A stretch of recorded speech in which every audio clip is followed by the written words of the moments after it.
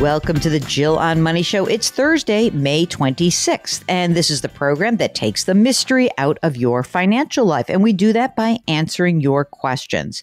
You can pose a financial or any kind of question, really, anything that's remotely associated with a dollar sign. You can pose that question on our website. It's jillonmoney.com. Just click the Contact Us button. Don't forget to let us know if you would be willing to come on the air.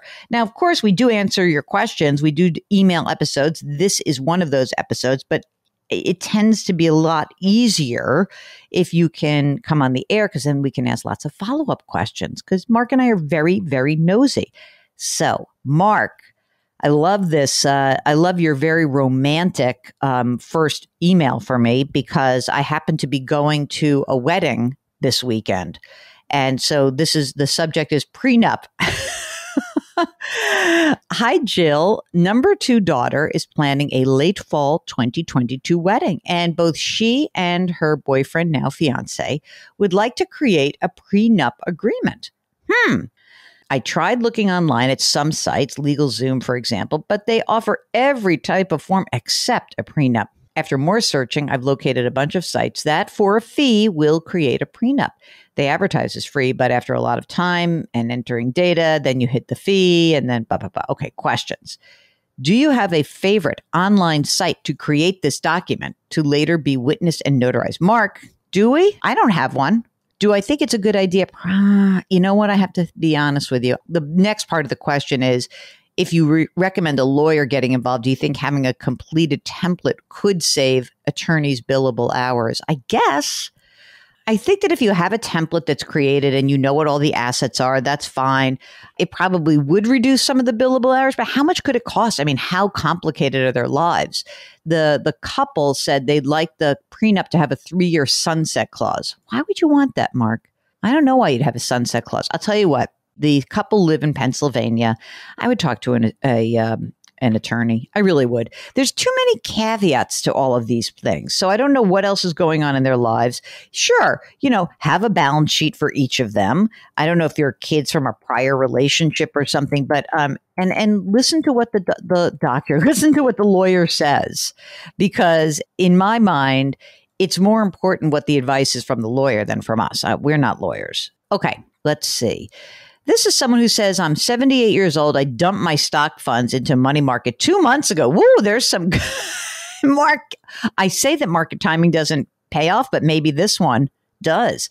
Yeah, this is just luck. Left my bond funds alone to see them fall. You advised last week to keep bonds. At my age, I don't have years ahead of me to recover. What do? I don't know. Do you need the money? No, I wouldn't just get rid of them and maybe just keep the bonds and chill out and listen to what Kathy said last weekend about keeping bonds and bond funds and collect your income and don't freak out too much. This is from Julie, who wants to gift her niece some money for her bat mitzvah later this month. Her mom doesn't work and is on government assistance. I believe her dad works under the table. I'm not sure their situation. And I also want to continue to contribute to her future financial well-being. I'm not sure the best option. I don't want to impact her ability to qualify for as much financial aid as possible for college. What should I do? I am pretty sure she will go to college. She's bright, confident, independent, and I'm so proud of her. And also, I have a 3rd grader. I've been thinking about opening up a Roth IRA for him. Can't do a Roth IRA in a 3rd grader. Mark, wouldn't that be good? You need earned income, so no Roth IRA for him. So you can't do that. So for your son, I think maybe just do a 529 plan. That's number one. For this kid, the problem is anything that would be used for school would be counted against her. Any UGMA or UTMA would be counted against her. The only thing that you could do where it wouldn't be counted against her is to just open an account in your name and know that you're going to give it to her eventually, because you're not the biological mother. You know what I mean? So, Mark, what do you think about that? About just having an account for the kid and then just saying to her that she will be part of the, that this is what she's doing.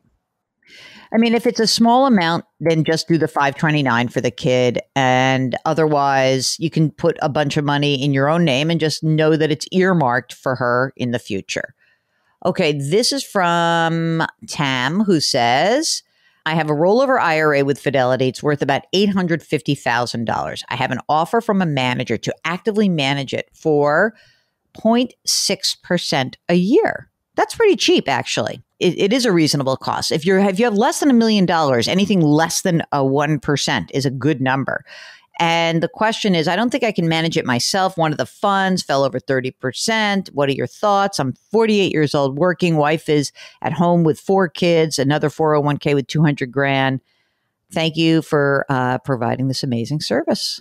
Good luck with the book. I plan to buy it when it comes out. Thank goodness.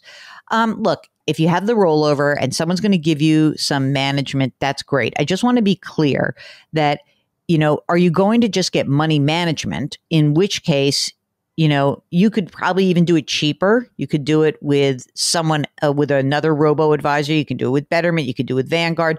Hopefully this person's going to also give you a little financial advice. So I'd like to know if they're going to give you financial advice with that as well. I think that would be really good if you could get both. All right. Okay, this next question is from Dwayne, who says, I'll have 30 years on the job with a full pension in 5 months. I'm 52 years old. Okay, so here's the pension deal. They'll pay me half of my salary if I retire at age 52. Should I find another job or stay at the current job? Oh my God, Mark, 76-mile commute, 2.5 hours sitting in a car every day, $25 a day in gas alone for the commute. Oh my God. Great benefits, healthcare. There's a big increase in the pension every year, 1.5% every year past 30 years. Okay, so here's the deal. I would get $65,000 a year from the pension unless I add my wife, which would reduce the pension to $55,000. I like my job. I've got multiple rental properties. Oh my God, 12 total, 8 owned with my brother. Wife is 50. Kid is 16. $2.5 million in assets, 425 grand in mortgage debt. Annual household salary, the gross is 220. Rental income, 120 grand a year. 5 years left on my mortgage. Could sell rental, pay off the mortgage. I don't want to sell most of them that are paid off. 250 grand in a Roth, 450 in a 401k, 250 in a 403b, 100,000 in an emergency reserve fund, $50,000 in a brokerage account, 85 grand in a 529, $60,000 cash. And I plan on building, I don't know what that word is, but a barn. And I put 30 grand a year in retirement accounts. Health is okay, not great. Lots of costs in rental maintenance and upkeep. Mark, I think he's got to stop this commute. Yeah, get another job closer. That's what I would do. I wouldn't do it until I had another job, but why don't you look and see if you have another job available for you? I mean, you got plenty of money. If you can do it remotely, that would be great, but maybe you can't. You have enough money to make a different choice. But here's the deal, Dwayne. The whole game plan, predicated on all these rental properties, it seems like a lot of stuff. You have the money. It's just, I don't know, like you say, you don't want to sell the rental property, but obviously, if you had some of that money back in the form of liquidity, it would be great. But, maybe it's cash flowing okay. Look, I think the reality is you have the ability to do it. Whether you want to do it is something else. Go look and see if you can get another job. And then we go from there. How about that? And we'll see what the comps are. All right, this is our final message of the day from Lisa, who says, I had to write to say thank you for the insightful investor panic prevention plan. It talked me back down to earth. The title, Panic Prevention, caught my eye as panic has been my recent state of mind. Oh, brother. My little business has grown from $220,000 annually before COVID into $2.4 million in 2021. Holy smokes. Last month was the first in 24 months that we did not grow. In fact, we were down. My mind has been running wild with worst case scenarios. I need no facts to paint a picture sometimes, and it's kind of ridiculous to still be doing this at age 60. It still happens. I saw steps for my situation in your subtitles, and reading it brought my feet back to solid ground. While I have cash reserves, ever enough, no business debt, and a solid business future, I still panic. Thank you for pouring a little concrete into my shoes with steps to consider and follow. I read it in the Daily Press, Newport News, Virginia. Kindest regards, Lisa. Mark, that makes me feel so good.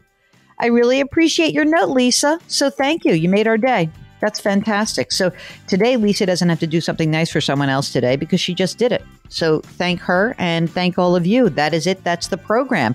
We do appreciate you listening and we love your lovely comments. And if you've got a question or you want to say something nice to us, just go to JillOnMoney.com, click the Contact Us button. Let us know if you want to come on the air. Sign up for the free weekly newsletter. Don't forget to leave us a rating or review.